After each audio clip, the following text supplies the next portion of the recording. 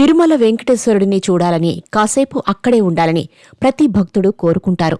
అయితే కోనసీమ జిల్లా కొత్తపేట నరేంద్రపురానికి చెందిన శ్రీనివాస సుబ్రహ్మణ్య శర్మ శ్రీవారి భక్తుడు. ఆయన విశాఖలో ఉంటున్నారు.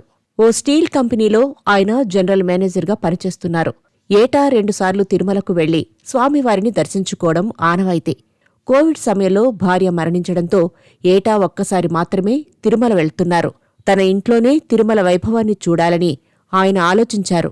అందుకోసం అక్కడి వాతావరణం, ఆలయ ప్రాంగణం తనకు ఎలా కావాలో ఫోటోలు తీసి పెట్టుకున్నారు. వాల్ పెయింటింగ్లో రాణిస్తున్న వెంకట హనుమంతు టీంతో మాట్లాడారు.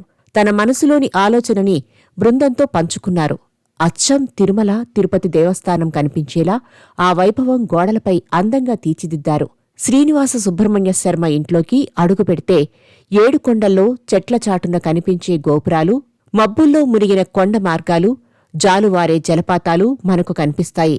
విశాఖపట్నం సీతమ్మధారలో నివాసముంటున్న మంగిడి శ్రీనివాస సుబ్రహ్మణ్య శర్మ ఇంటిలోని తిరుమల పెయింటింగ్స్ మనసుని ఆహ్లాదపరుస్తున్నాయి.